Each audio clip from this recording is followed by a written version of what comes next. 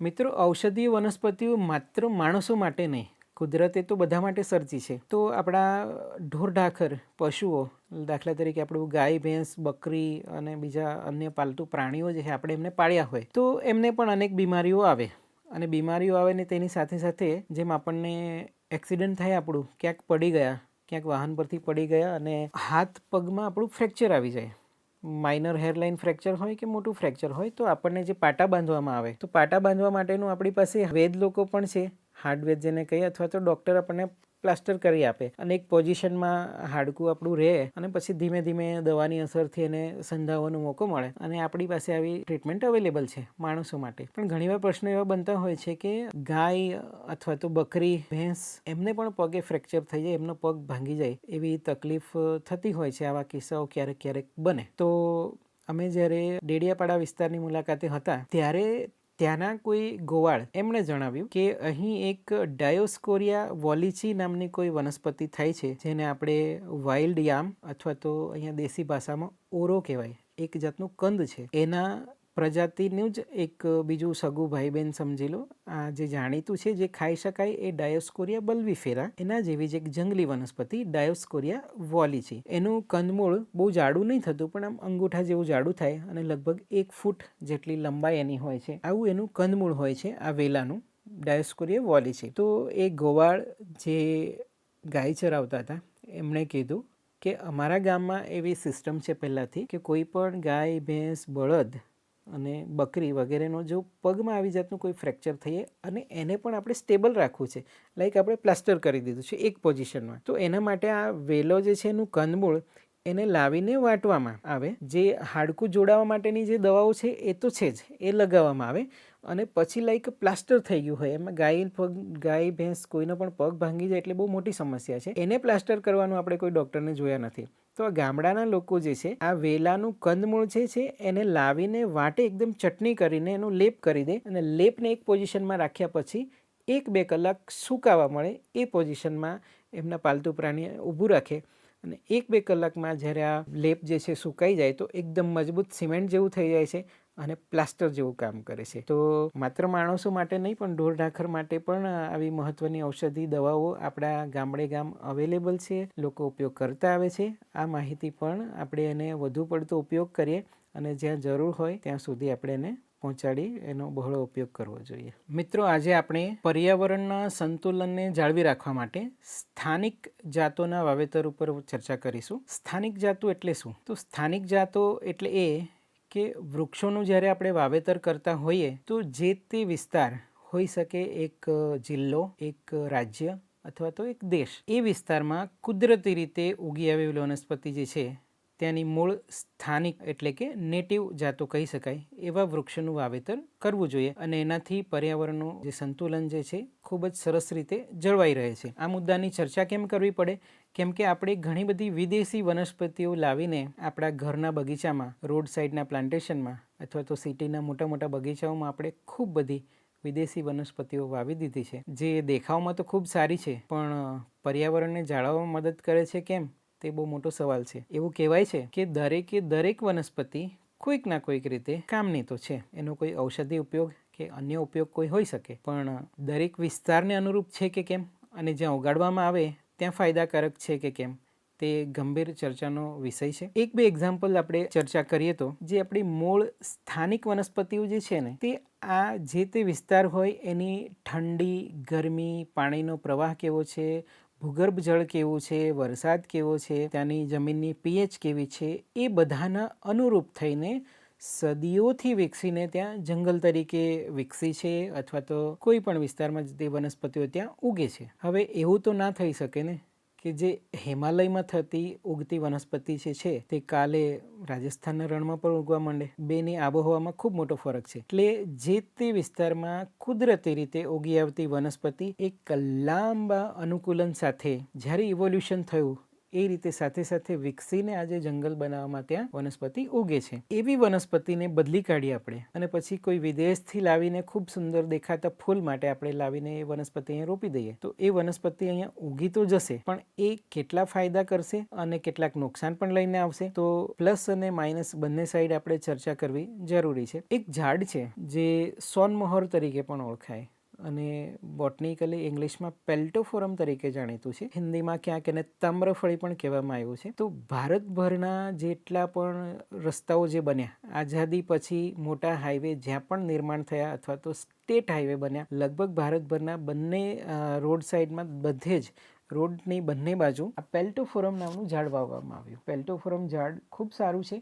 વૃદ્ધિ ખૂબ સારી કરે છે અને રોપી દીધા પછી લગભગ જીવી જ જાય છે. એટલે રોડ બને, ક્યાંક જે કુદરતી મૂળ વનસ્પતિઓ હોય એને હટાવી કાઢીએ આપણે અને એને કાપીને જમીન ચોખ્ખી ક્લિયર કરીને ત્યાં આપણે રસ્તો બનાવ્યો હોય અને ત્યાં નવું ઝાડ સક્સેસફુલી ઉગાડવું છે. એમાં પેલ્ટોફોરમ ખૂબ જ સુટેબલ હતું અને ઉગી ગયું અને આજની તારીખે પણ બહુ બધી જગ્યાએ મોટા મોટા ઝાડ છે. હજુ પણ પ્રાઇવેટ નર્સરીમાં જઈશું આપણે તો વાવેતર માટે પેલ્ટોફોરમ, ગુલમોહર જેવી અમુક જાતો ખૂબ પ્રચલિત છે. આ પેલ્ટોફોરમ દેખાવમાં પણ ખૂબ સારું છે. એકદમ ઘટાદાર વૃક્ષ બને, ફટાફટ મોટું થઈ જાય અને રોડની બંને તરફ વાવ્યું હોય તો એકદમ ઘટાદાર રોડ પર ખૂબ સરસ છાંયો આપે અને એને આખું વર્ષ પીળા રંગના ફૂલો આવતા રહે એટલે સુંદર પણ દેખાય. એટલે રસ્તા કિનારે અથવા કોઈ બગીચામાં સુશોભન તરીકે આવી વનસ્પતિ વાવવાની હોય તો એમાં કોઈ એવું નેગેટિવ પોઈન્ટ કે નેગેટિવ કારણ આપણને દેખાતું નથી. સારું જ છે આપણને એમ લાગે. હવે મિત્રો, જો આપણે આપણી વનસ્પતિઓ જ વિચારીશું ને તો નહીં ચાલે. આપણે સઘન રીતે બધા જ જીવજંતુઓ, પશુ પક્ષીઓ, એક નાની કીડીથી લઈને કરોળિયા સુધીનું દરેક પ્રાણીનું એક સંતુલન જળવાયેલું છે. એ સાથે કામ કરે છે કેમ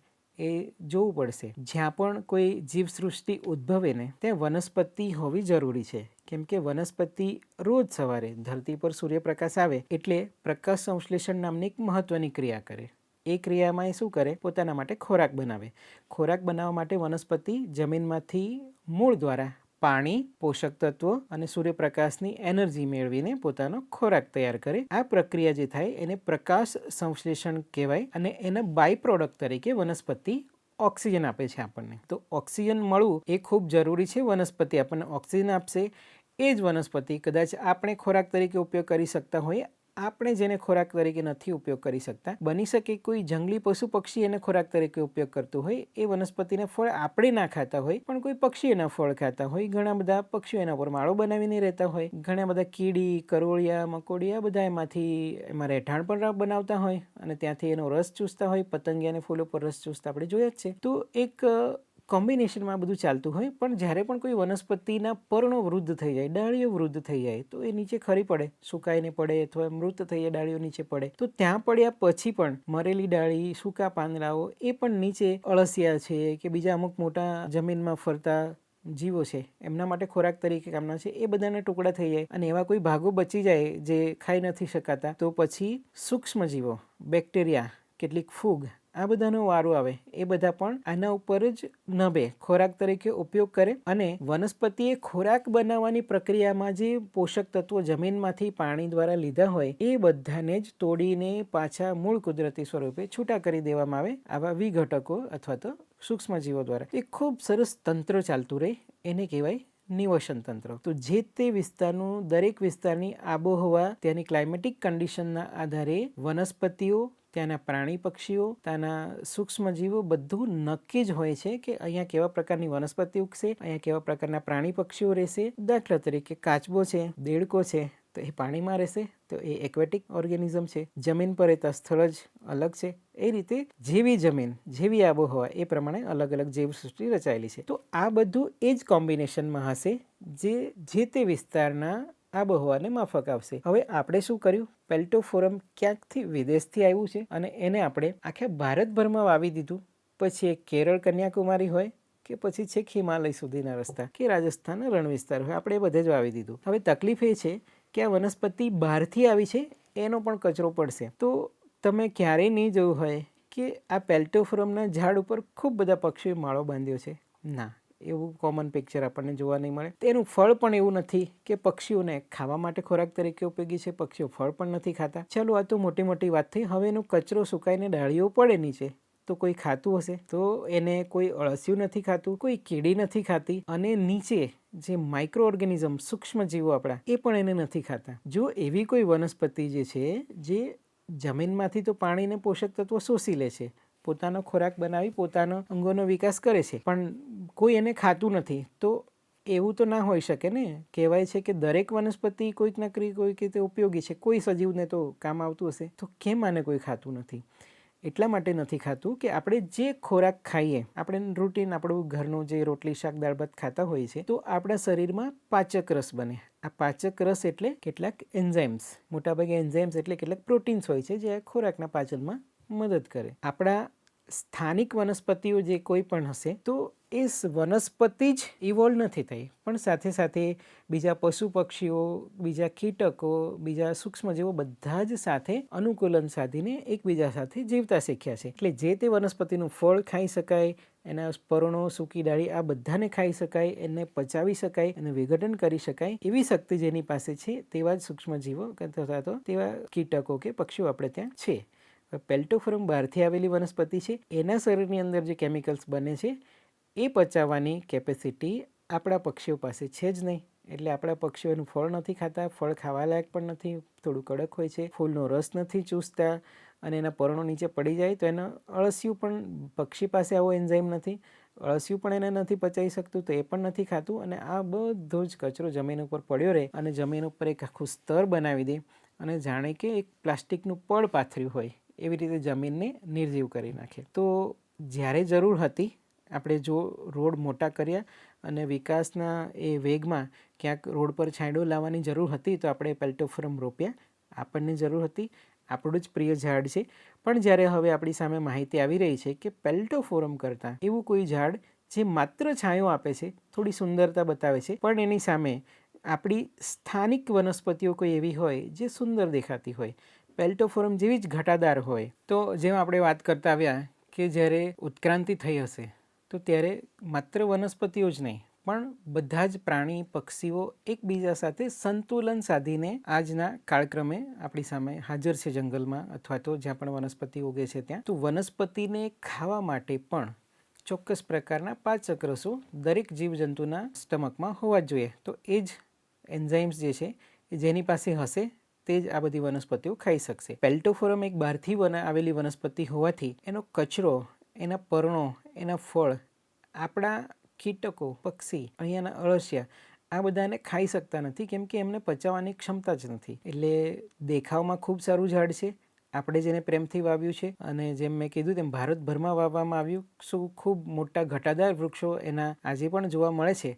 પણ હવે આપણને જ્યારે માહિતી ઉપલબ્ધ થઈ છે કે પેલ્ટોફોરમ માત્ર સુશોભન માટેનું છે, એના સિવાયના અન્ય ઉપયોગો જે છે તે આપણને એનો લાભ નથી મળતો, તો પછી આપણે નજર દોડાવવી જોઈએ આપણી મૂળ સ્થાનિક વનસ્પતિઓ, આપણા એ બધા વૃક્ષો કે જે સુંદર પણ દેખાતા હોય, એના ફળ પણ એવા સારા હોય કે પશુ પક્ષીઓ ખાઈ શકે, એના ફૂલનો રસ પતંગિયાઓ ચૂસી શકે, ઘણા બધા કીટકો, કરોળિયા એની ઉપર ઘર બનાવીને રહી શકે. એટલે કે એમ કહી શકાય કે જેના અનેકવિધ ઉપયોગો, અનેકવિધ લાભો હોય એવી વનસ્પતિ વાવવી જોઈએ. અને બીજું કે એ વનસ્પતિ આપણા જે તે વિસ્તારના સ્થાનિક વિસ્તારમાં રહેવા માટે ટેવાયેલી છે, એવી જ રીતે ઉત્ક્રાંતિ પામેલી છે. તો કોઈક વાર એવું હશે કે પાણી ઓછું પડશે, ગરમી વધારે થશે, અથવા તો પવન વધારે આવી જાય ત્યારે ઉખડી નહીં જશે, તો અનેક રીતે અહીં રહેવા માટે અનુકૂલિત છે. તો એવી આપણી જે મૂળ સ્થાનિક વનસ્પતિઓ જે છે એને વધુ વાવવાનો આપણે આગ્રહ રાખવો જોઈએ. ગુજરાતભરમાં જેટલી પણ વનસ્પતિઓ ઉગે છે એમાંથી લગભગ 180 જાતની વનસ્પતિઓ છે, વૃક્ષો છે, જે આપણે મૂળ સ્થાનિક કહી શકાય તે પ્રકારના છે. અને આ 180 સ્થાનિક વૃક્ષોમાંથી પણ લગભગ ઘણી બધી 40 જેટલા વૃક્ષો તો એવા છે જે ખૂબ જ ઓછી સંખ્યામાં જોવા મળે છે. ક્યાંક દૂર દૂરના જંગલોમાં બચ્યા છે, ક્યાંક ડુંગરોની ટોચ પર છે, અથવા તો 100થી પણ ઓછી સંખ્યામાં રહી ગયા હોય એટલા બધા ઓછી સંખ્યામાં જોવા મળતા વૃક્ષો પણ છે. જો આપણે વનસ્પતિનું, આપણા જંગલોનું સંરક્ષણ કરવા માંગતા હોય તો આવી વનસ્પતિના બીજ એકત્રીકરણ કરીએ, એને નર્સરીમાં લાવી રોપા ઉછેરીએ, જો શક્ય હોય તો ફરીથી પાછા એ જ જંગલમાં વાવી દઈએ, અથવા તો જ્યાંની આપણે બોટનિકલ ગાર્ડન્સ હોય, આપણા રૂટીન સિટીના એમ્યુઝમેન્ટ પાર્ક તરીકે ઓળખાતા બગીચાઓ હોય, અથવા તો કોઈ એવી વનસ્પતિ હોય જે સુંદર દેખાય અને રોડ સાઈડ પ્લાન્ટેશનમાં પણ આપણે રોપી શકીએ એ પ્રકારનું હોય, તો આવી વનસ્પતિઓના વધુ વાવેતરને આપણે વેગ આપવાની જરૂર છે. મિત્રો, વૃક્ષોના વાવેતરની વાત આવે એટલે આપણે જે જાતો પસંદ કરીએ એમાં સ્થાનિક જાતો કઈ આપણી પાસે કેટલી છે એની પણ ચર્ચા કરવી જરૂરી છે. તો ગુજરાતમાં લગભગ બધી મળીને કુલ 2000થી વધુ વનસ્પતિ જાતિઓ છે, પણ એમાં કેટલાક નાના છોડ, ઘાસ, વેલા બધું હોઈ શકે. માત્ર વૃક્ષોની વાત કરીએ અને આપણા ગુજરાતના જ સ્થાનિક વૃક્ષો હોય એવા લગભગ 180 જાતો છે. એમાંથી આપણે કોઈક જાતોનો સુશોભન માટે અથવા તો રોડ સાઈડ પ્લાન્ટેશન અથવા તો ક્યાંક બહોળા પ્રમાણમાં પ્લાન્ટેશન થતું હોય ત્યાં ઉપયોગ કરીએ છીએ કે કેમ? તો એક સર્વે પછી જાણવા મળ્યું કે લગભગ 40 જેટલી જાતિના વૃક્ષો આપણે વાવેતરમાં ઉપયોગમાં લઈએ છીએ, પણ બાકીના 140 જેટલી વનસ્પતિઓનું શું? એ આપણી અહીંની મૂળ સ્થાનિક છે, અહીંના આબોહવા રહેવા ટેવાયેલી છે અને જાત જાતના પશુ પક્ષીઓને કામ આવે છે. કહેવાય છે કે એક ઝાડ જે છે એ અસંખ્ય નાના મોટા જીવડાઓનું ઘર બનતું હોય છે. તો આપણા જંગલમાં છે, આપણા ક્યાંક ગામડે છે, આપણી એની મૂળ સ્થાનિક વનસ્પતિ છે, સારી પણ દેખાય છે, તો આપણે એનો કેમ ઉપયોગ નથી કરતા? તો કેટલીક વનસ્પતિઓના ઉદાહરણ લેવા પડશે તો આપણને ખ્યાલ આવે કે આ બધું શક્ય છે. વનસ્પતિઓ ખૂબ સારી દેખાતી હોય છે, પણ આપણે એના બાજુ આપણું ધ્યાન નથી ગયું. એક ખૂબ જાણીતું ઝાડ છે સીમળો. સીમળો લગભગ બધા જ ઓળખતા હોય છે. ગુલાબી રંગના મોટા ફૂલ આવે એના ઉનાળામાં, હોળીના સમયમાં. એટલે સીમળો એક એવું ઝાડ છે કે જે લગભગ બધા માટે જાણીતું છે. બોટનિકલી અમે એને બોમ્બેક્સ સીબા તરીકે ઓળખ્યા. આ એક વનસ્પતિ જાતિ છે જેનું અલગથી નામ છે. આવી જ એક બોમ્બેક્સની અલગ જાતિ જે બોમ્બેક્સ ઇનસિગ્ની તરીકે ઓળખાય છે, એ ક્યાંક કપરાડા તરફના વિસ્તારમાં, ડુંગરાળ પ્રદેશમાં ક્યાંક ઉગે છે અને સાપુતારાની આસપાસના થોડા તળેટી વિસ્તારમાં લગભગ બધા મળીને 35-40 વૃક્ષો મોટા નોંધાયા છે. બસ આ જેનું ગુજરાતભરનું ડિસ્ટ્રીબ્યુશન છે. એનાથી વધુ આ જાતિ જોવા મળતી જ નથી. ઘણા વર્ષો પહેલાં અમારા ક્યારેક ધ્યાનમાં આવ્યું કે આ જાતિ જે છે એની વૃક્ષોની સંખ્યા આટલી ઓછી છે, તો શું કારણ હશે? શું એનું બીજ નથી ઉગતું કે અન્ય કોઈ કારણ છે કે આ વનસ્પતિ કેમ આટલી ઓછી સંખ્યામાં છે? તો એના બીજ લાવીને ઉગાડી જોયા તો ખૂબ સરસ રીતે ઉગી જતા હતા. પણ ત્યાં કેવું હોય કે જે ડુંગરાળ વિસ્તારમાં, તળેટી વિસ્તારમાં જ્યાં ઝાડ હોય ત્યાં એના બીજ પડે અને પાણીના પ્રવાહ સાથે નદીઓમાં, ઝરણાઓમાં ત્યાંથી વહી જાય અને જ્યાં ખરેખર સ્થાપિત થઈ શકે વૃક્ષ એવી જગ્યાએ આ વનસ્પતિની સંખ્યા ઓછી હતી. અને પછી બીજ લાવીને સારી રીતે ઉગાડી લીધા પછી નર્સરી રોપા તૈયાર કર્યા અને વન વિભાગે એમાં ખૂબ સરસ રસ લઈને આ બધા રોપા જે છે એને એવા સ્થાન પર વાવવામાં આવ્યા. દાખલા તરીકે રોડ સાઈડમાં ક્યાંક વાવવામાં આવે છે અથવા તો રોડની વચ્ચે જે ડિવાઈડર હોય છે ત્યાં પણ એને વાવ્યા તો લગભગ ખૂબ મોટા મજબૂત ટ્રી ગાર્ડની વચ્ચે અથવા તો કોઈ સરકારી ઓફિસ એનું જે બંધ કમ્પાઉન્ડવાળી જે જગ્યા જે છે ત્યાં વાવવામાં આવ્યા. એટલે કે ક્લોઝ પ્રોટેક્શનની અંદર જ્યાં એને કોઈ પ્રાણી કે કોઈ પણ એને હાલતા ચાલતા તોડી ના જાય અથવા તેને કોઈ નુકસાન ના પહોંચે એનું પણ ખૂબ ધ્યાન રાખવામાં આવ્યું અને સરસ સિંચાઈની વ્યવસ્થા કરવામાં આવી. ખૂબ ધ્યાનપૂર્વક આ ઝાડને ઉછેરવામાં આવ્યું તો ખૂબ સુંદર દેખાતું ઝાડ છે. જે રીતે આપણને સીમળો ખૂબ સરસ ફૂલોવાળો ઘટાદાર વૃક્ષ દેખાય, એનાથી પણ થોડી મોટી સાઇઝનું આ વૃક્ષ છે. ખૂબ સરસ દેખાય છે. એના ફૂલો પણ એવા જ છે અને ફૂલોમાં પણ વિવિધતા છે. માત્ર ગુલાબી કે લાલ રંગના નહીં, પણ એમાં સફેદ, પીળા અને કેસરી કલરના એવા અનેક રંગના ફૂલો આપતું આ બોમ્બેક્સની એક અલગ જાતિનું ઝાડ જે બોમ્બેક્સ ઇનસિગ્ની તરીકે ઓળખાય. તો વન વિભાગના પ્રયત્નોના લગભગ આજે 7-8 વર્ષ થયા પછી જે ઝાડની સંખ્યા માત્ર 35-40 હતી ગુજરાતમાં, એની સંખ્યા હવે 5000 કરતાં વધુ વૃક્ષો થઈ ગયા છે. તો એક કામ આપણે એ કર્યું કે એક સુંદર મજાનું આપણા જંગલના વૃક્ષને આપણે વાવેતરમાં લાવ્યા, એની સંખ્યા વધારી અને જંગલમાં ક્યારેક ઓછી જ સંખ્યા રહેત અને કોઈ ખતરો આવે ને આ ઝાડ આપણા ગુજરાત ખાતે વિલુપ્ત થઈ જતે, એના પર જે ઘણો બધો ખતરો હતો એ પણ ટળી ગયો છે. તો કહી શકીએ કે બોમ્બેક્સની એક અલગ જાતિ હવે આપણા ગુજરાતના અનેક વિસ્તારોમાં ખૂબ સુરક્ષિત છે અને એના સુશોભનના લાભો પણ આપણે મેળવી રહ્યા છીએ. આપણા જે સ્થાનિક વૃક્ષોની વાત કરીએ ને તો ઘણા બધા ઝાડ એવા છે જે જાણીતા છે, આપણા માટે સૌ માટે જાણીતા છે, પણ આપણે એને કેમ નથી વાવતા? તમને નામ કહીશ તો આશ્ચર્ય થશે. આમળા. આમળાનું ફળ સૌને પ્રિય છે. સૌના ઘરે આમળા કોઈક ના કોઈક રીતે ખવાતા હોય અને ઔષધિ વનસ્પતિ છે. બેહડા, હરડે. આમળા, બેહડા, હરડે આ તો ખૂબ મહત્ત્વની દવા બનાવે આપણા માટે. દરેકના ઘરમાં ઔષધ છે. તો આપણે પછી આ ખૂબ સરસ દેખાતા મોટા વૃક્ષોને કેમ નથી વાવતા?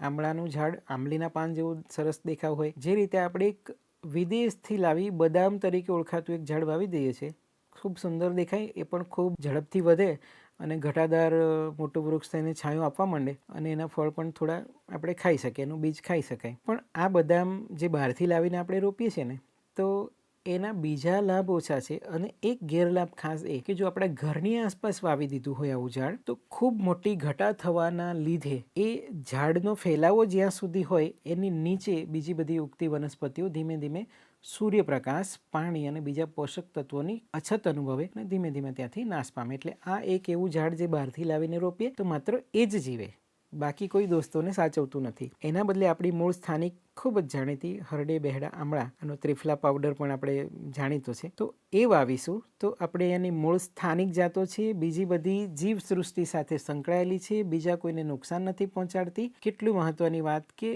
કેટલું ઔષધ તૈયાર થશે આમળા હરડે બેહડાના ફળ જો આપણને અનેક વૃક્ષો વાવવાથી પ્રાપ્ત થાય. અને બીજું, જે સુશોભન માટે આ ખૂબ જલ્દી વધતું હોય, જેનો ગ્રોથ ફાસ્ટ હોય એવા વૃક્ષોની જરૂરત હોય, તો હરડે અને બેહડા બંને એવા જ પ્રકારની વનસ્પતિ છે. માત્ર જલ્દી મોટા થશે એવું નહીં, પણ એવી કોઈ ખરાબાની જમીન કે જ્યાં પીએચનો થોડો પ્રશ્ન છે, થોડી ખારાશ છે, ઓછું પાણી છે, એવા વિસ્તારમાં પણ આ વનસ્પતિઓ ખૂબ જ સારી રીતે ઉગી શકે છે. તો મુદ્દો એવો નથી કે કોઈ વનસ્પતિને આપણે નકારી કાઢીએ છીએ, પણ જે પહેલાંથી એવી વનસ્પતિ જાતો વાવતા આવ્યા છે કે જેના ફાયદા, લાભ ઓછા અને થોડા ઘણા નુકસાન સાથે પણ આવી હોય, એના બદલે આપણી મૂળ સ્થાનિક જાતોને આગળ વધારીએ. એના અનેક ફાયદા છે અને જીવસૃષ્ટિનું બેલેન્સ બનાવી રાખવા માટે પણ ઉપયોગી છે. આપણી મૂળ સ્થાનિક જાતો વાવવાથી એક બીજો ફાયદો પણ થાય છે. આપણા જ્યાં પણ વૃક્ષો વાવશું તો વૃક્ષો કુદરતી રીતે જમીનમાંથી પાણીનું શોષણ કરવાના જ છે. જીવન માટે પાણી જરૂરી છે. જળ છે તો જીવન છે, કહેવાયું જ છે. તો વનસ્પતિને પણ પાણીની જરૂર છે. વનસ્પતિની આબોહવાની વાત કરીએ ને તો ખૂબ મોટો વિસ્તાર આપણે ત્યાં છે, કચ્છ જિલ્લો, સૌરાષ્ટ્ર. ત્યાંની વનસ્પતિઓ અલગ છે. અને પછી આપણા ઈસ્ટર્ન બેલ્ટમાં આવી જઈએ, એટલે કે પૂર્વ પટ્ટીનો વિસ્તાર કે જ્યાં મોટા પાનખર જંગલો આવેલા છે, તો ત્યાંની વનસ્પતિ અલગ છે. એટલે ખૂબ સિમ્પલ દેખેતી વાત છે કે કચ્છના રેતાળ વિસ્તારમાં કે ક્યાંક દરિયા કિનારે મેંગ્રુવ વનસ્પતિઓ હોય તે બધી એકબીજાથી અલગ છે. ઓછા પાણીથી રેતાળ વિસ્તારમાં ઉગતી વનસ્પતિ, કાંટાળી વનસ્પતિ વધારે છે જેની હાઇટ થોડી ઓછી છે. જ્યાં ભેજવાળા જંગલો આવેલા છે, પાનખર જંગલો છે, તો ત્યાં મોટા વૃક્ષો અલગ છે. એ જ રીતે પાણીનો ક્યાં કેટલો અવેલેબિલિટી છે અને એનો કેટલો ઉપયોગ થવો જોઈએ એ પ્રમાણે મૂળ સ્થાનિક જાતો જ ટેવાયેલી છે.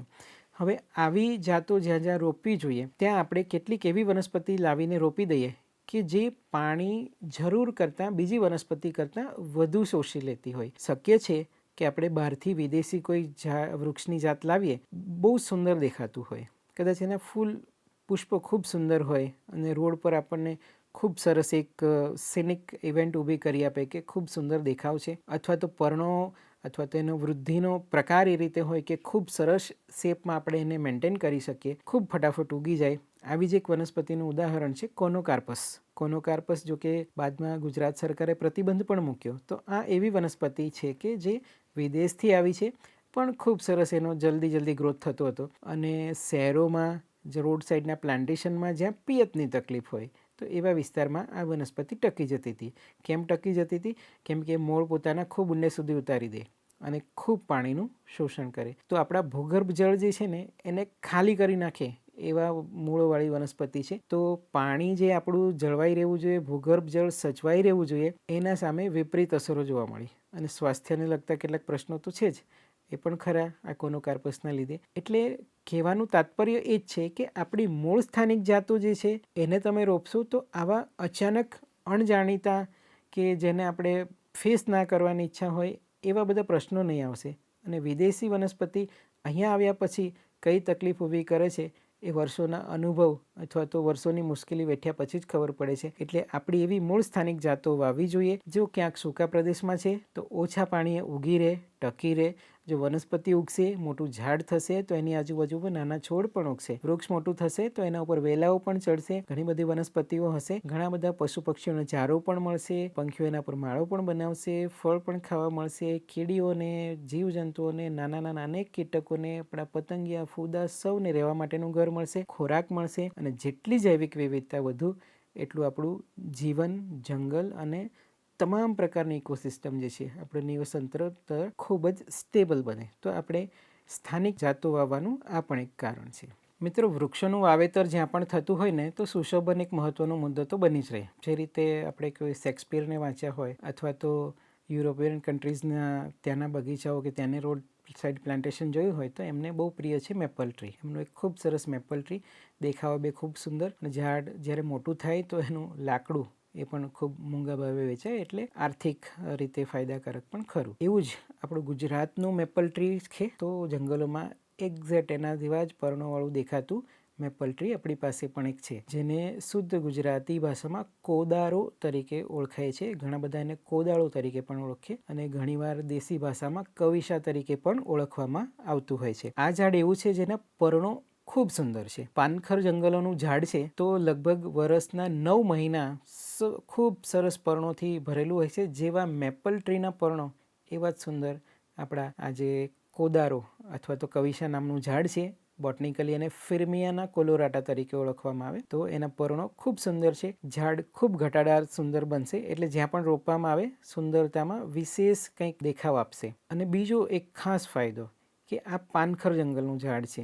માર્ચ મહિનો આવશે એટલે એના પર્ણો ખરી પડશે, પણ જેવા પર્ણો ખરી પડે 10 દિવસની અંદર એમાં ખૂબ સુંદર મોટા, લગભગ 2 થી 3 સેન્ટીમીટર લાંબા, હજારોની સંખ્યામાં પ્યોર ઓરેન્જ, ડાર્ક ઓરેન્જ કલરના પુષ્પો ખીલે છે.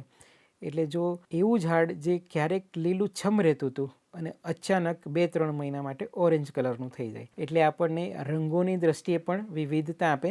અને આપણું મૂળ સ્થાનિક દેશી ઝાડ છે તો અહીંયાની આબોહવામાં એને ટકી રહેવામાં કોઈ પણ તકલીફ નહીં પડે. તો ખૂબ સરસ સુંદર દેખાતું ઝાડ છે. આવું જ એક ઝાડ બીજું વાત કરું તો એક ધામણી નામનું ઝાડ છે.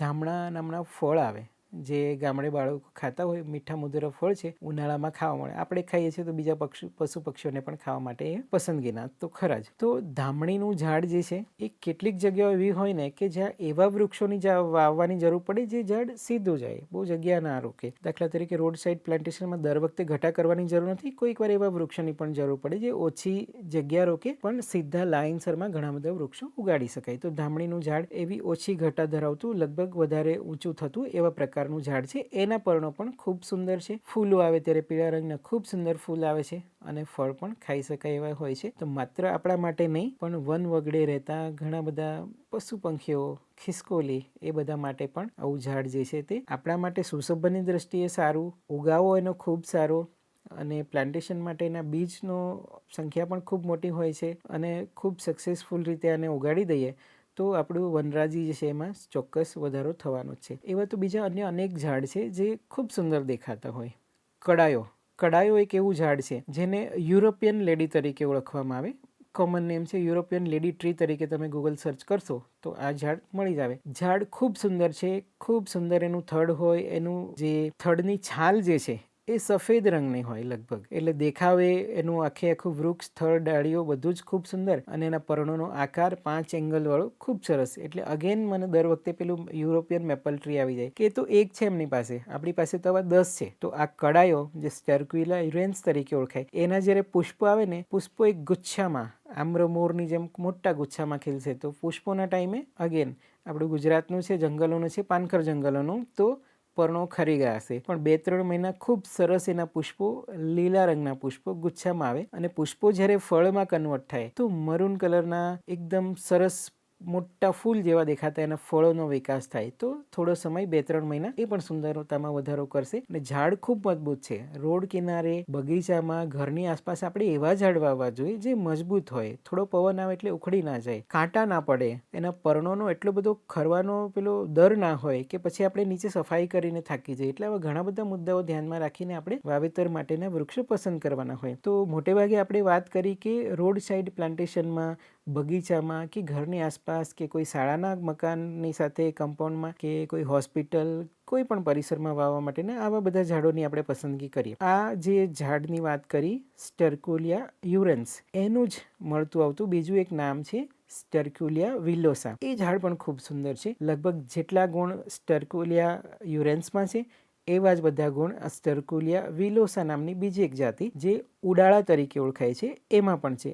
અગેન ખૂબ સુંદર ઝાડ છે. એકવાર ક્યાંક વાવશો તો લોકો એની માંગ કરતા થઈ જશે કે અમારે આ જ ઝાડ જોઈએ છે. દુર્ભાગ્ય આપણું એ કે આ ઝાડ જંગલમાં ખૂબ ઓછા બચ્યા છે. તો જ્યાં ઉગે છે ડુંગર ઉપર, તો ત્યાં લગભગ આખા ગુજરાતના મળીને ટોટલ 200 ઝાડ થતા હશે કે કેમ, એ કેવું મુશ્કેલ છે. ખૂબ ઓછી સંખ્યામાં બચ્યા છે. તો આપણો બીજો એક મહત્વનો ઉદ્દેશ્ય સર થાય કે એવા ઝાડોને પ્રોટેક્શન પણ મળશે, કે આપણે એના બીજ એકત્રિત કરીએ, આપણી વન વિભાગની કે અન્ય કોઈ પણ નર્સરીમાં લાવીને એના બીજમાંથી છોડનો ઉછેર કરીએ અને વાવેતરમાં એને લાવીએ, તો એની જે ઓછી સંખ્યા છે એમાં પણ વધારો થશે અને સુંદરતામાં તો વધારો થવાનો જ છે. આ ઝાડ પણ જ્યાં પણ વાવેતરની જરૂર હોય ત્યાં દરેક જગ્યાએ વાવી શકાય એવું છે અને ખૂબ સુંદર, મજબૂત, લાંબુ, હજારો વર્ષ જીવી શકે એવું ઝાડ છે. કહેવાય છે કે વૃક્ષોની એની આયુ કેટલી, તો તપાસ કરતાં ખબર પડી કે આપણી પાસે એક રૂખડો નામનું ઝાડ છે. રૂખડો નામનું ઝાડ, એનું સરેરાશ આયુષ્ય 500 વર્ષનું છે અને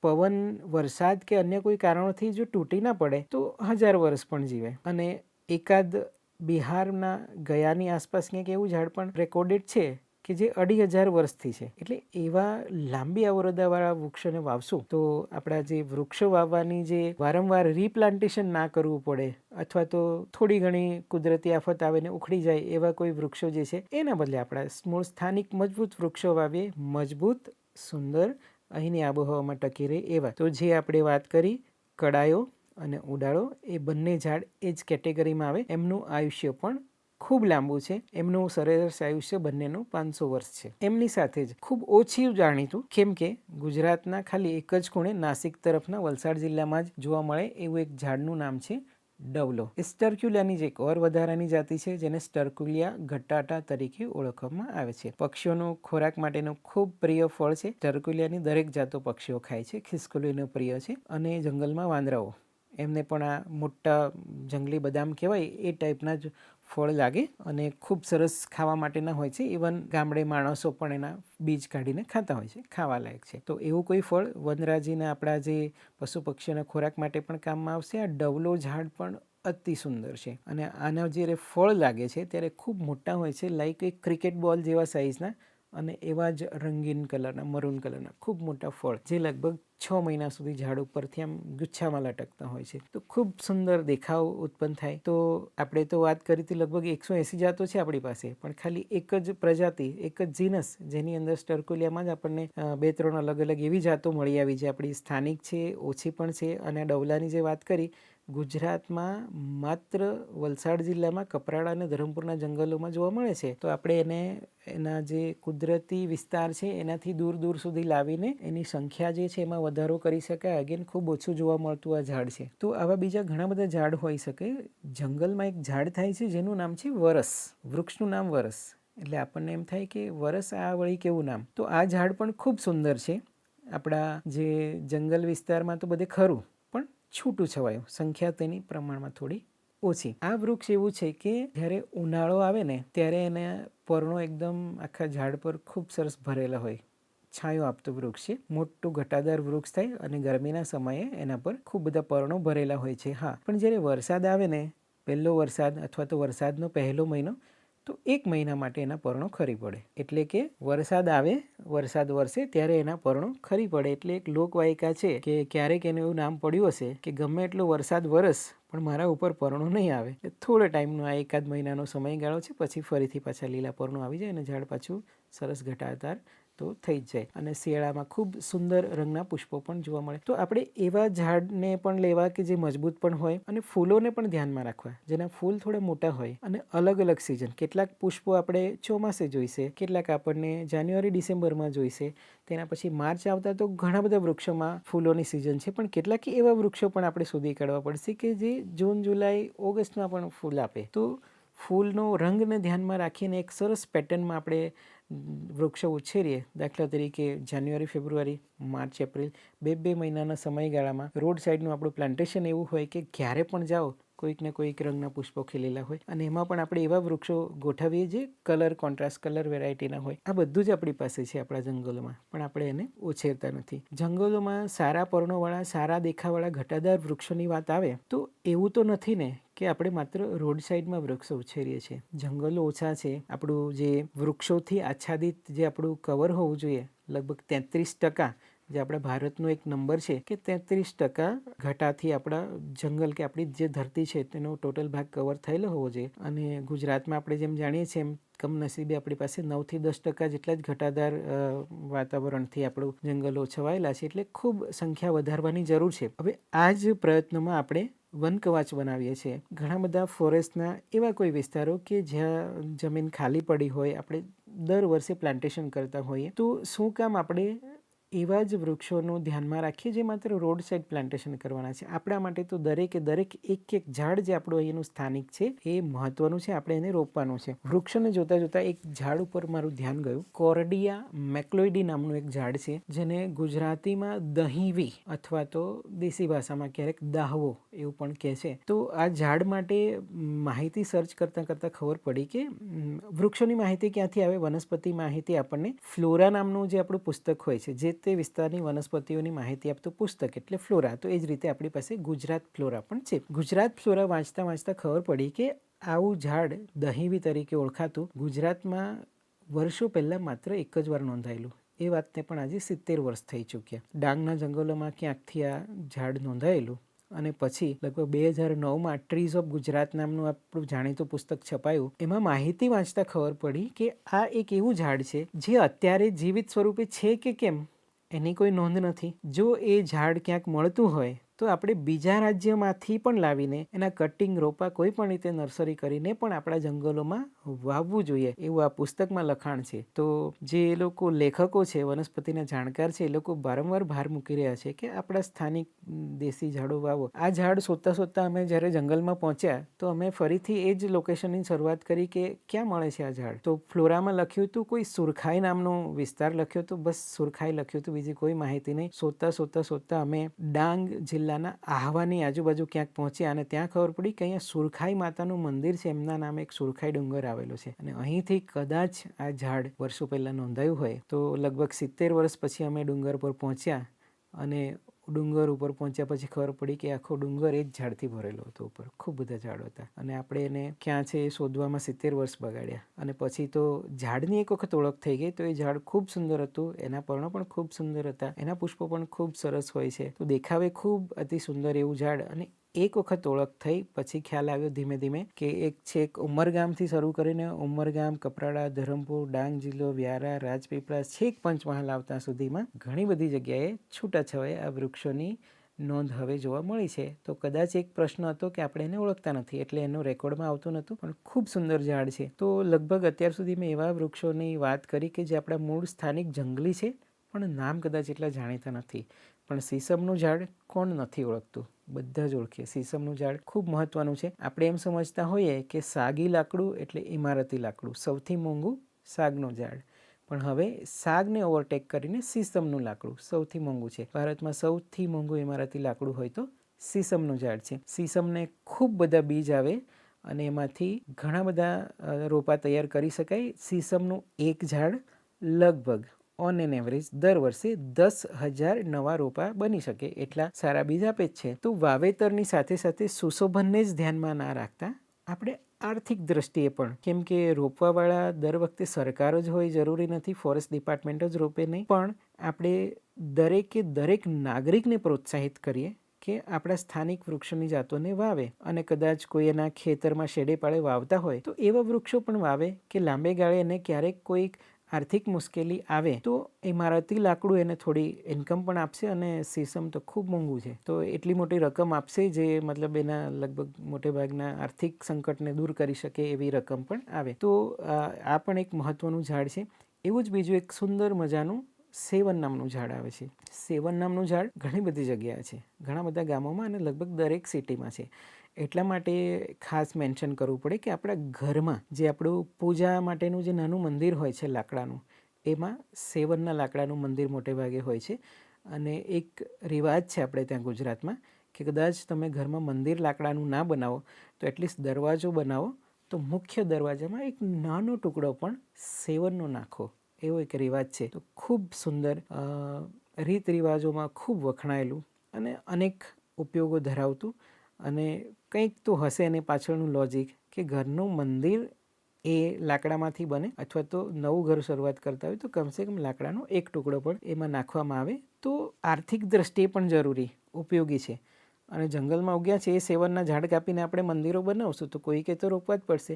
આપણે વાવેતર કરીએ જ છે. અગેન આ ઝાડ પણ એવું છે જે પર્ણો ખૂબ સુંદર છે, ઘટાદાર છે, એની ડાળીઓ પણ સુંદર છે, મજબૂત છે, ટકાઉ ઝાડ છે, વર્ષો વર્ષ જીવે છે. અને એનું જે વૃક્ષનું જે આર્થિક ઉત્પાદન, જે એની જે આવક આવે છે એ પણ ખૂબ સારી છે. કોઈ ખેડૂત સામાજિક વનીકરણની દ્રષ્ટિએ પણ એની ખેતી કરવા માંગતો હોય તો આ પ્રમોટ કરવા જેવું ઝાડ છે. વન વિભાગની લગભગ દરેક વિસ્તારમાં નર્સરીમાં મેં જોયું છે કે સેવનના છોડ ખાસ ઉગાડેલા હોય છે અને ખૂબ જલ્દી મોટા થતા હોય છે. એની સંખ્યામાં આપણે ઓર વધારો કરીએ એવું કહી શકાય. એવું જ એક બીજું મહત્વનું ઝાડ છે સાદડ. જે રીતે અર્જુન સાદડ હોય છે એવી રીતે આ એક સાદડ નામનું ઝાડ છે. તો ખૂબ ઊંચા, જલ્દી ઊંચા થતા અને મજબૂત વૃક્ષો, ઇમારતી લાકડું આપતું ઝાડ છે. આ ઝાડ પણ આપણા પૂર્વ પટ્ટીના જંગલો પૂરતું જ સીમિત છે. તો જેમાં આપણે વન કવચ ઘણા બધા બનાવી રહ્યા છીએ. ગ્રામ પંચાયતની પડતર જમીનો, ઇવન હું તો કહું છું કે ક્યાંક સ્મશાનની પણ પડતર જમીનો હોય તો ત્યાં પણ વન વિભાગને વાવેતર કરતા જોયું છે. જ્યાં પણ ખાલી જગ્યા છે તો વાવેતર થઈ રહ્યા છે. તો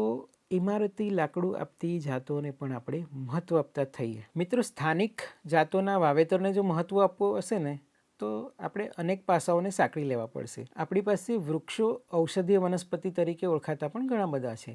દાખલા તરીકે એક ટેટુ નામનું ઝાડ છે, વૃક્ષ છે. તો આપણા જે 10 મૂળ જે કહેવાય છે, 10 મૂળમાંનું એક મૂળ ટેટુનું પણ હોય છે. અને હાલમાં અત્યારે છેલ્લા 15 વર્ષમાં જે ક્લિનિકલ ડેટા આવ્યા છે એના આધારે કહી શકાય કે કેન્સર નામનો રોગ મટાડવામાં ટેટુની છાલ જે છે એ પણ એક ખૂબ મહત્વનો રોલ ભજવે છે. અને હજુ આગળ ઘણા બધા પ્રયોગો થઈ રહ્યા છે. તો ઔષધની દ્રષ્ટિએ ખૂબ મોટા રોગને નાથવામાં કામ આવે એવું ટેટુ નામનું વૃક્ષ. અગેન એ ખૂબ જલ્દી મોટું થઈ જાય છે અને ટેટુના એક ફળમાં લગભગ 500 જેટલી બીજ હોય છે. દેખાવે ખૂબ સરસ તલવાર જેવી સિંગો લાગે, એની મોટું ફળ હોય છે જે લગભગ એકવાર ફળ બની ગયા પછી આખું વરસ ઝાડ ઉપર ટકી રહેતું હોય છે. મજબૂત ફળ હોય છે એના. અને જ્યારે બીજ આવે તો બીજની સંખ્યા પણ ખૂબ મોટી છે, પર્ણો ખૂબ મોટા હોય છે. તો દેખાવે સુંદર પણ ઔષધીય રીતે પણ ઉપયોગી છે. આવી જ રીતે એક બીજું ઝાડ પણ છે જેને મેડસિંગ તરીકે ઓળખવામાં આવે.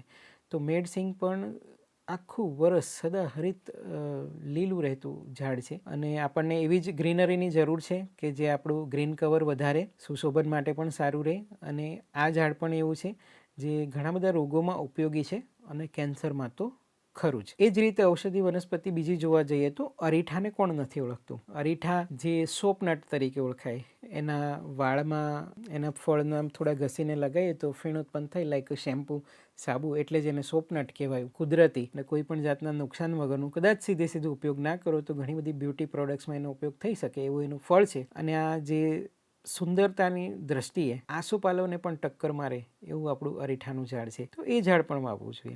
ઔષધિ વનસ્પતિમાં એ પણ આવી જાય. સાથે સાથે આપણે એવા વૃક્ષોને પણ ધ્યાનમાં રાખીએ કે આપણો બહુ મોટો વિસ્તાર સૌરાષ્ટ્ર જે કહેવાય છે, ઘણા બધા જિલ્લાઓ, અથવા તો કચ્છ જિલ્લાની વાત કરીએ તો ત્યાં આ બધા વૃક્ષો નહીં ચાલે. ત્યાં આપણે એવા વૃક્ષોને જોવા પડશે કે જે ઓછા પાણીએ, રેતાળ, પથરાળ પ્રદેશમાં પણ જીવી રહે. તો ત્યાંના વૃક્ષોમાં આપણે એવી જાતો જોવી પડશે કે જે બીજનો ઉગાવો જે છે, સીડ જર્મિનેશન જેને કહેવાય, એ ખૂબ સારું હોય. 80-90% જેટલું સીડ જર્મિનેશન હોય. તો એવા બીજનો પણ નર્સરીમાં ઉગાડી શકાય અથવા ડાયરેક્ટ વાવેતર કરી શકાય. તો એવા ઝાડમાં ખેર કહી શકાય. જો કે ખેર એટલું બધું સૌરાષ્ટ્રમાં જોવા મળતું નથી, પણ ખેર એટલે અકેશિયા કેટેચુ. પણ એની સાથે સાથે અકેશિયાની બીજી જાતો, દાખલા તરીકે ગાંડો બાવળ આટલો પોપ્યુલર છે તો આપણો દેશી બાવળ પણ કંઈ કમ નથી. દેશી બાવળના ઝાડ પર અનેક પશુ પક્ષીઓ માળો બનાવીને રહે છે. દેશી બાવળ જે છે ગુંદર આપે છે. લાકડું પણ ઇમારતી લાકડું તરીકે ખૂબ મહત્વનું છે. તો અનેક ઉપયોગો છે. જંગલોના વાવેતરમાં દેશી બાવળને ખાસ ઇન્ક્લુડ કરવું જ જોઈએ. ખાસ કરીને દરિયાકાંઠાના વિસ્તારોનું પ્લાન્ટેશન. મેંગ્રુવ્સ તો છે જ, પણ મેંગ્રુવ્સની સાથે સાથે મેંગ્રુવ એસોસિએટ તરીકે આપણું જે બાવળ છે, દેશી બાવળ અકેશિયા નિલોટિકા, એ પણ ખૂબ મહત્વનું છે. દરિયા કિનારે ખારાશમાં ઉગી રહેતા વનસ્પતિ તરીકે આપણે સરુને ખૂબ પ્રેમથી સ્વીકાર્યું છે. પારસ પીપળો એટલે કે ભીંડી, એ પણ સાથે સાથે કરંજરામનું ઝાડ જે પણ ખૂબ પ્રિય છે, લોકોને ખબર છે, ઓળખે છે. એના ડાળીઓ, કોવળી ડાળીઓ દાંતણ તરીકે ઉપયોગ થાય છે. તો એકદમ ખારાપટ, ખારી જમીનમાં પણ જે મિત્રો વાવેતર કરવું એ ખૂબ મહત્વનું કામ છે, આસાન પણ નથી. અનેક જાતના પ્રશ્નો વાવેતર વખતે પણ ઉદ્ભવે, કેમ કે જમીન કેવી છે, પાણીની અવેલેબિલિટી કેવી છે, જમીનમાં મૂળ ઊંડા ઉતરશે કે કેમ, અને જમીનમાં ખારાશ હોય તો પછી એવા વૃક્ષોની પસંદગી કરવી પડે જે ખારાશ સામે પણ ટકી રહે. આપણને ખારાશમાં ઉગી આવતા દરિયા કિનારા મડી વિસ્તારમાં આપણને મેંગ્રુવ્સના જંગલો તો ખબર છે, પણ મેંગ્રુવ્સની સાથે કેટલીક જાતિઓ નજીકમાં ઉગી આવતી હોય છે જેને આપણે મેંગ્રુવ એસોસિએટ્સ તરીકે ઓળખી શકીએ. અને એવા મેંગ્રુવ એસોસિએટ તરીકે 4-5 ઝાડનો અહીંયા ખાસ ઉલ્લેખ કરવો એટલા માટે જરૂરી છે કે કુદરતી રીતે તો ખૂબ છે, આપણે એમની સંખ્યા વધારવાની જરૂર છે. દાખલા તરીકે જો ગાંડો બાવળ બધે થતો હોય તો આપણો દેશી બાવળ પણ કોઈ રીતે કમ નથી. દેશી બાવળ ખારાશવાળા, રેતીવાળા, કાંકરાવાળા વિસ્તારમાં પડતર જમીનમાં ખૂબ સરસ રીતે ઉગે છે અને એકવાર વાવી દીધા પછી એની કોઈ ખાસ કાળજી રાખવાની જરૂર પડતી નથી. એ પણ અનેક બીજ આપે છે, બીજ ખૂબ સરસ રીતે ઉગી આવે છે અને એકવાર આ ઝાડ મોટું થઈ જાય ત્યારબાદ એના ઉપર અનેક પશુ પક્ષીઓ માળો બાંધી શકે. અનેક જાતની કીડી, કીટકો, કરોળિયા બધું ઘર બનાવતા આપણે નોંધ્યા જ છે. બાવળ આપણને ખૂબ સારો ઔષધીય ગુંદર આપે છે અને ઇમારતી લાકડું તો છે જ.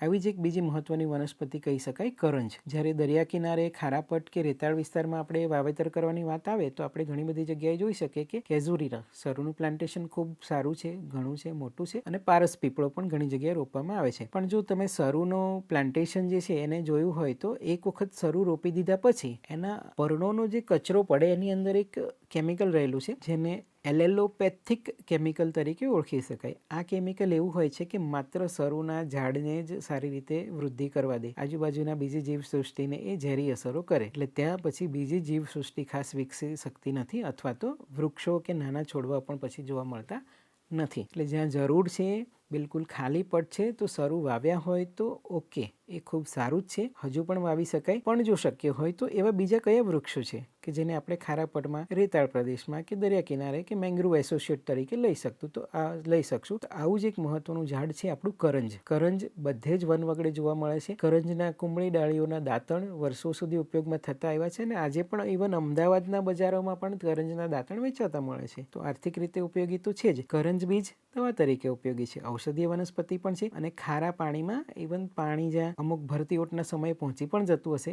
એવા વિસ્તારમાં પણ કરંજ ખૂબ સારી રીતે ઉગે છે. આપણા રણ પ્રદેશનું પીલોડી ખૂબ જ સરસ રીતે એવા વિસ્તારોમાં ઉગે જ્યાં કોઈ વનસ્પતિ ઉગશે કે કેમ, ટકશે કે કેમ એવા પ્રશ્ન હોય ત્યાં પીલુંની વૃદ્ધિ ખૂબ સારી છે અને એ જ પીલું જે છે ખારાશવાળા દરિયા કિનારે પણ આપણે ઉગતા જોયા છે. પણ જેટલી સંખ્યા આપણે એની વધારી શકીએ એની સંખ્યા આપણે વધારવી જોઈએ. અને ખારાશવાળા વિસ્તારની જ વાત આવે તો ક્યારેક એવું પણ બને કે દરિયાનું પાણી રોજ નથી આવતું, પણ એક આખો લાંબો પટ છવાયો હોય જ્યારે ક્યારેક ભરતી ઓટનું પાણી વર્ષના અમુક સમયગાળા દરમિયાન આવે પછી આવતું નથી. પણ એ ખારાશના લીધે ત્યાં કોઈ જીવસૃષ્ટિ વિકસી નહીં, કેમ કે જ્યારે પણ કોઈ જીવસૃષ્ટિ વિકસે એટલે માત્ર વૃક્ષો નહીં, સાથે સાથે ઘણા બધા સૂક્ષ્મજીવો જે જમીનના સ્તરમાં ઉપરનું જે 10 સેન્ટીમીટરનું પડ છે એમાં જીવતા હોવા જોઈએ, એમાં હલનચલન, એમાં કોઈ એક્ટિવિટી હોય, અળસિયું ફરતું હોય, ઘણા બધા દેડકાઓ હોય અને માઇક્રો સૂક્ષ્મ જીવો, બેક્ટેરિયા, ફૂગ વગેરે આ બધાની પણ ગ્રોથ થવી જોઈએ. તો જમીનમાં છિદ્રાળુ હવાની અવરજવર સારી બને અને જમીન ફળદ્રુપ બને તો ત્યાં વધુ વૃક્ષો આવે, વધારે કચરો પડે અને ખૂબ સરસ એનું જે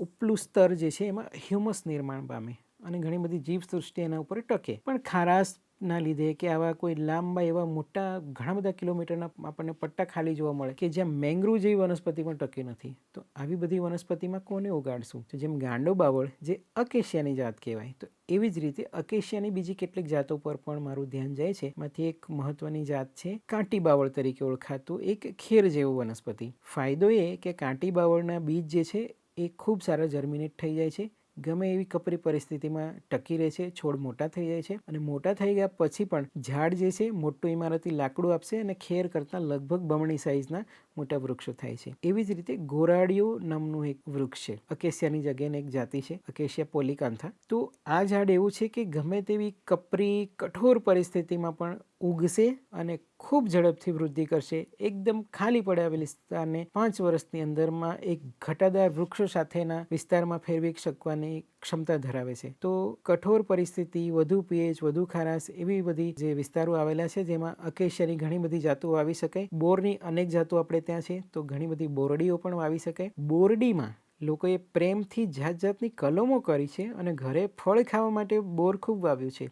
પણ શું આપણે એને વાવીએ છીએ? શું આપણે એને નર્સરીમાં ઉછેરીએ છીએ? કેમ કે બોરની અનેક જાતો છે, લગભગ 12 જાતો એવી છે જેને આપણે ગુજરાતમાં કુદરતી રીતે ઉગતા જોઈએ છે. જો આપણે એને નર્સરીમાં રોપો કરીને ઉગાડીને રોપવાની તકલીફ પડતી હોય તો સીધા બીજનું વાવેતર પણ ફેલાવા તરીકે કરી શકાય. તો ખૂબ મોટો ફેલાવો થશે તો બોર અગેન એક પાકું ફળ ખાવા લાયક છે. બોરના પર્ણો, બોરની છાલ, બોરનું પ્રકાંડ, બોરનું મૂળ દરેક ભાગ ઔષધીય રીતે ઉપયોગી છે. ઇવન બોર ખાઈ લીધા પછી એનો જે ઠળિયો નીકળે એ પણ ઔષધિ તરીકે ઉપયોગી છે. તો અનેકવિધ ઉપયોગો ધરાવતું બોર જે આપણી સામે છે, નજર સામે છે, બધા ઓળખે છે, પણ જે દેશી આપણું મૂળ સ્થાનિક જાતો એક નહીં આપણે ઓળખીએ અને એક બોર તરીકે, પણ એ જીજીપસ જીનસ છે, એની ઘણી બધી જાતો છે, એને આપણે વાવેતરમાં લાવવાની જરૂર છે. રોપો તૈયાર ના કરીએ તો કમસે કમ આપણે એના બીજનો ફેલાવો કરી શકીએ. કેમ કે વૃક્ષ એક જ્યાં ઉગશે એ વૃક્ષ જ્યાં મોટું થયું છે એના ફળ ત્યાં જ પડે. કેમ કે આપણે જાણીએ છીએ દાખલા તરીકે લીમડાનું ઝાડ હોય એના ઉપર અનેક લીંબોળી લાગે હજારોની સંખ્યામાં, તો જેટલા બધા ફળ એટલા બીજ નીચે પડતા હશે. તો લીમડાને નીચે અનેક લીમડાઓ બીજા ઉગેલા હોવા જોઈએ, પણ એવું થતું નથી. કેમ કે જે મુખ્ય ઝાડ જે છે સૌથી પહેલાં તો એ પાણી માટે એને મૂળ દૂર સુધી ફેલાવેલા હશે.